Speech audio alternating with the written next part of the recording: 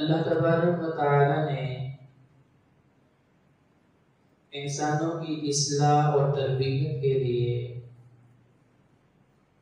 ہمیں قرآن مجید فرقان حمید عطا فرمایا ہے، اور اس قرآن مجید کے اندر اللہ تبارک و تعالی نے جو انداز اختیار فرمایا ہے وہ بھی بڑا ہی مؤثر ہے، لیکن شرط یہ ہے کہ ہم ان احکامات کو، ان عوامل کو اسی تناظر میں دیکھیں جس میں اللہ تبارک و تعالی مجھے اور آپ کو سمجھانا چاہتے ہیں۔ اللہ نے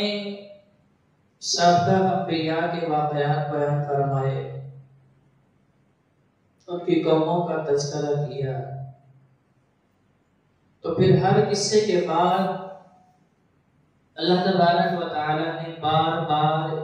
یہی نصیحت فرمائی، فَاعْتَبِرُوا يَا أُولِي الْأَبْصَارِ، کہ یہ واقعہ اس لیے نہیں سنایا جا رہا کہ بس آپ جھوم جھوم کے تو سن لیں، اس سے مزے لیں، یا اس سے صرف اور صرف وقت گزاری کے لیے اپنی سماعتوں کی نظر کریں، بلکہ واقعات بیان کرنے کا صرف اور صرف اللہ کا ایک ہی مقصد ہے کہ ان سے نصیحت پکڑی ہے، ان سے عبرت حاصل کی جائے کہ جن لوگوں نے اللہ کے ہاں سے انعامات حاصل کیے ہیں، جنہوں نے اللہ تبارک و تعالی کی خوشنودی اور رضا کو حاصل کیا ہے، ان کا طرز عمل کیا تھا، اور جو لوگ اللہ کے غیظ و غضب کا شکار ہوئے، جن کو اللہ تبارک و تعالی نے عذاب سے دوچار کر دیا، آخر ان کی وجوہات اور اسباب کیا تھے۔ تو یہ کن کو سمجھ آئے گی؟ جو عقل و شعور والے ہیں، جو قرآن کو بار بار پڑھیں گے اور اس کو سمجھیں گے اور اللہ کے حضور کی التجا کرتے رہیں گے، اہدنا الصراط المستقیم، کہ اللہ ہمیں سیدھی راہ دکھا۔ کیونکہ یہ دعا کب کرتے ہیں؟ نماز میں۔ تو جب ہم اللہ کے سامنے حاضر ہوں گے، اللہ کے سامنے اپنے آپ کو پیش کریں گے اور اپنے آپ کو کمزور، ناتواں اور عاجز اور فقیر ہونے کا اظہار اللہ کے سامنے کریں گے، اور ہر تسبیح سبحان ربی الاعلیٰ، سبحان ربی العظیم جب یہ صدا ہماری زبان سے نکلے گی تو پھر واقعی اس دعا کا نتیجہ اللہ ہمیں ہدایت بھی عطا فرمائے، کیونکہ سب سے بڑی نعمت یہی ہے کہ اللہ تبارک و تعالی ہدایت سے سرفراز کرتے ہیں۔ اگر انسان کے پاس ہدایت نہ ہو تو اس کے پاس دنیا وما فیہا کی جتنی مرضی بڑی سے بڑی نعمتیں اکٹھی ہو جائیں، وہ اس کو نفع نہیں دے سکتی، اس کو کامیاب نہیں کر سکتی، اور اسے حقیقی سکون نہیں دے سکتی۔ فرعون، نمرود، حامان، شداد، ان کے پاس دنیا کی کون سی ایسی نعمت تھی جو موجود نہیں تھی، لیکن اس کے باوجود انہیں اندرونی سکون نہیں تھا، حالانکہ ان کے پاس اقتدار ایسا تھا، اختیار ایسا تھا، طاقت اور اسباب ایسے تھے جو چاہتے کر سکتے تھے، لیکن اس کے باوجود جو روحانی سکون ہے، جو اندرونی سکون ہے، جسے ہم قلبی سکون کہتے ہیں، وہ ان کے پاس نہیں تھا۔ اس کی وجہ کیا ہے؟ کہ اس ہدایت سے وہ دور تھے، اس سے محروم تھے، ان کے پاس وہ ہدایت والی نعمت نہیں تھی۔ تو نبی کریم صلی اللہ علیہ وآلہ وسلم کا جو مقام اور مرتبہ ہے، اس سے کون بندہ آشنا نہیں ہے کہ اللہ تبارک و تعالیٰ نے ساری مخلوقات میں سے انسانوں کو چنا، انسانوں میں سے 1,24,000 انبیاء اور رسولوں کا انتخاب فرمایا، ان میں سے پھر 313 کو اہل کتاب اور صحیفے عطا فرمائے، ان میں سے پھر 4 اور پھر ان میں سے بھی امام الانبیاء اور خاتم النبیین، رب کے حبیب جناب محمد رسول اللہ صلی اللہ علیہ وآلہ وسلم ٹھہرے۔ نبی علیہ السلام کے جو کتب احادیث کے اندر نکاح موجود ہیں، 13 کا ذکر آتا ہے۔ سب سے پہلا نکاح حضرت خدیجہ رضی اللہ تعالی عنہ سے، دوسرا حضرت سودا رضی اللہ تعالی عنہ، تیسرا حضرت عائشہ صدیقہ، چوتھا حضرت حفصہ رضی اللہ تعالی عنہ، پانچواں زینب بنت خزیمہ، پانچواں حضرت سلمہ رضی اللہ تعالی عنہ، ساتواں زینب بنت جہش رضی اللہ تعالی عنہ، آٹھواں جویریہ بنت حارث رضی اللہ تعالی عنہ، نواں نکاح ریحانہ بنت زید، دسواں صفیہ بنت حیی بن اخطب، گیارہواں رملہ بنت ابو سفیان، بارہواں نکاح ماریہ قبطیہ اور 13واں میمونہ بنت حارث رضی اللہ تعالی عنہن۔ یہ ساری کی ساری وہ ازواج مطہرات ہیں جن کے بارے میں نبی کریم صلی اللہ علیہ وآلہ وسلم نے ارشاد فرمایا ہے کہ مومنوں یہ تمہاری مائیں ہیں،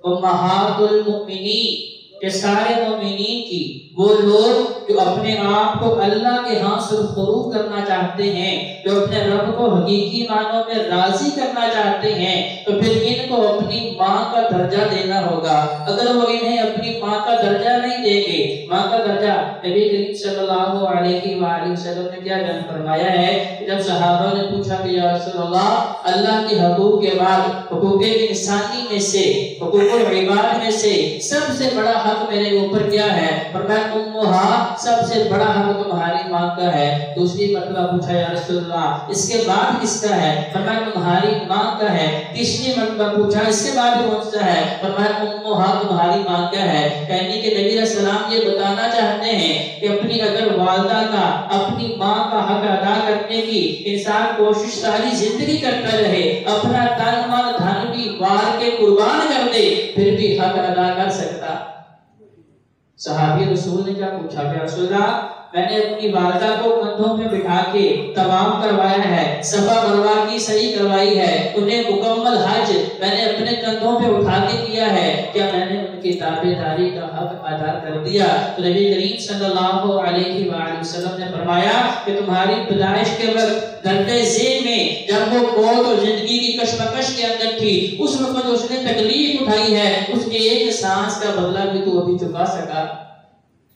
نہیں چکا سکا۔ تو اس کا مطلب کیا ہے کہ اللہ کے حق کے بعد سب سے بڑا حق ماں کا ہے، تو ماں کا احترام کرنا اہل ایمان کے اوپر لازم اور ضروری ہے، فرض ہے۔ اگر ہمارے دلوں میں اپنی ماں کا احترام موجود نہیں ہے، ہماری زبانوں پہ اپنی ماں کا احترام موجود نہیں ہے، ہمارے عقیدے میں ماں کا احترام موجود نہیں ہے، تو بھائیو اپنی مرضی کوششیں کرتے رہیں، آپ رب کی رضا حاصل نہیں کر سکتے، کیونکہ اللہ تبارک و تعالیٰ نے اپنے محبوب پیغمبر علیہ السلام کی زبانی ہمیں یہ بتا دیا ہے، اور اللہ کی رضا والدین کی رضا کے ساتھ مشروط ہے۔ رضا اللہ فی رضا الوالدین، جب تک ماں باپ راضی نہیں، رب راضی نہیں ہو سکتا، جب تک ماں باپ ناراض ہے، رب بھی ناراض ہے۔ تو لہذا سب سے پہلی عقیدے کی بات، ضروری بات جو نبی کریم صلی اللہ علیہ وآلہ وسلم نے اہل ایمان کو سمجھائی، ان کی تربیت اور اصلاح کی، کہ فرمایا میری ازواج مطہرات تمہاری مائیں ہیں، ان کا احترام تمہارے اوپر لازم ہے۔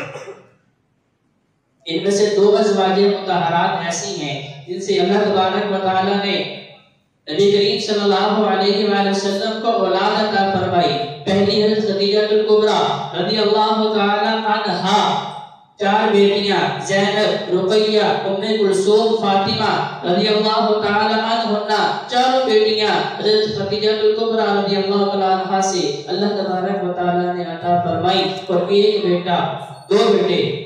قاسم اور عبداللہ، تو دونوں ہی کم سنی میں مکی دور میں ہی اللہ کو پیارے ہو گئے۔ 4 بیٹیاں جوان ہوئی، جن کے نبی کریم صلی اللہ علیہ وآلہ وسلم نے نکاح بھی فرمائے۔ 4 بیٹیاں مکہ سے ہجرت کر کے نبی علیہ السلام کے ساتھ مدینہ میں بھی آئیں۔ ان میں سے سب سے پہلا انتقال حضرت زینب رضی اللہ تعالی عنہا کا ہوا۔ نبی علیہ السلام بڑی رنجیدہ، پریشان، کہا یہ بیٹی میری وجہ سے شہید ہوئی ہے، کیونکہ جب یہ مکہ سے ہجرت کر کے مدینہ آ رہی تھی، مشرکین مکہ کو پتہ چلا کہ ہمارے دشمن کی بیٹی نعوذ باللہ من ذالک وہ مکہ چھوڑ کے مدینہ جا رہی ہیں۔ انہوں نے تیر چلائے، نیزے چلائے، اونٹ کو زخمی کیا، انہیں نیچے گرایا، ان کے اوپر بھی تیر برسائے، نیزے برسائے، انہیں لہو لہان کیا، اور جب ان کی وفات کا وقت تھا وہی زخم جو تھے ان کے درست نہ ہو سکے، اور یہ اپنے رب کو پیاری ہو گئی۔ ان کا نکاح ابو العاص رضی اللہ تعالی عنہ سے ہوا تھا۔ نبی کریم صلی اللہ علیہ وآلہ وسلم کی آنکھوں سے آنسو جاری تھے، نبی علیہ السلام کی آنکھوں سے آنسو جاری تھے، اور نبی کریم صلی اللہ علیہ وآلہ وسلم بار بار فرما رہے تھے کہ میری وجہ سے میری بیٹی کو یہ تکلیف دی گئی۔ حالانکہ نبی علیہ السلام کی مشرکین مکہ سے کوئی جانی دشمنی تو نہیں تھی، کوئی زمین کے جھگڑے تو نہیں تھے، کوئی جائیداد کا معاملات تو نہیں تھے، صرف اور صرف رب کی رضا کے لیے ان کے بتوں کو ماننے سے انکار کیا۔ تو وہی لوگ جو نبی کریم صلی اللہ علیہ وآلہ وسلم کو صادق امین کہتے تھے، نبی علیہ السلام کے دشمن بنے، اور صرف نبی علیہ السلام کے ہی نہیں بلکہ ان کے اہل بیت کے، ان کے گھر والوں کے بھی جانی دشمن بن گئے۔ نبی علیہ السلام نے جنازہ پڑھایا، صحابہ کرام قبر نکال رہے تھے، نبی علیہ السلام قبر کے پاس بیٹھے ہوئے رو رہے تھے، انتہائی غمزدہ تھے۔ تدفین کے بعد نبی علیہ السلام کے چہرے کے اوپر اطمینان اور سکون تھا۔ صحابہ اس چیز کو نوٹ کر رہے تھے کہ پہلے تو نبی علیہ السلام انتہائی رنجیدہ، انتہائی پریشان تھے، چہرے سے پریشانی دکھائی دیتی ہے، جو کہہ جاتے تھے کہ ہمارے چہرے جو ہیں وہ بتا دیتے ہیں کہ انسان کتنا کو مطمئن ہے، کتنا کو پریشان ہے۔ تو صحابہ نے فراغت کے بعد پوچھا یا رسول اللہ، پہلے آپ بڑے پریشان تھے، آپ کی آنکھوں سے آنسو بھی بہہ رہے تھے، حالانکہ آپ نے منع کیا ہے، کیا وہ وفا نہیں کرنا، ماویدہ نہیں کرنا؟ تو نبی کریم صلی اللہ علیہ وسلم نے فرمایا میں نے ان چیزوں سے منع کیا ہے جس طرح دور جاہلیت میں ہوتا تھا کہ جب کوئی اپنا پیارا رخصت ہوتا تھا، جب کوئی اپنا پیارا فوت ہو جاتا تھا، اس دنیا کو چھوڑ کے چلا جاتا تھا، لوگ اپنے گریبان چاک کر لیتے تھے، اپنے چہروں پہ جو ہے تھپڑ مارتے تھے، آہو بھگا کرتے تھے، لوہے ڈالتے تھے۔ نبی علیہ السلام نے فرمایا میں ان جاہلیت کی رسموں سے منع کرتا ہوں، حالانکہ رونا جو ہے یہ رحمت الہی ہے، یہ تو دل کی نرمی ہے، جن کے دل نرم ہوتے ہیں ان کی آنکھوں سے بے اختیار آنسو جھلک پڑتے ہیں۔ تو فرمایا آپ پہلے رنجیدہ تھے، بعد میں پرسکون ہو گئے۔ فرمایا ہاں میں پہلے جب قبر کے معاملات کو سوچ رہا تھا کہ میری دختر، میری بیٹی، میرے جگر کا ٹکڑا زینب رضی اللہ تعالی عنہا اب قبر میں جانے والی ہے، تو قبر جو ہے قیامت کی گھاٹیوں میں سے پہلی گھاٹی ہے، اس کی سختی بڑی ہے، اس نے انبیاء کو بھی نہیں چھوڑا، اس نے اولیاء کو بھی نہیں چھوڑا۔ اس کے اندر جب انسان جاگتا ہے کہ اپنا آپ دکھاتی ہے، اپنا آپ بتاتی ہے، اس کی سختی سے جو ہے رب کی رحمت نہ ہو انسان بچ نہیں سکتا۔ اس لیے میں پریشان تھا، رب کے حضور التجائی کر رہا تھا، اللہم اغفر لہا ورحمہا وعفیہا وعفو عنہا، اللہ اس پہ رحم کر دے، اللہ اسے معاف کر دے، اللہ اس نے صرف میرے لیے، تیرے دین کے لیے، تیری توحید کے لیے، تیرے پیغام کے لیے، تیرے مشن کے لیے اللہ اس نے اپنی جان کا قربان کر دی ہے، اللہ تو اس سے راضی ہو جا۔ رب کی طرف سے جب یہ پیغام آیا ہے کہ محمد صلی اللہ علیہ وآلہ وسلم ہم نے آپ کی بیٹی کو معاف کر دیا ہے، پھر میرے چہرے کے اوپر سکون آ گیا۔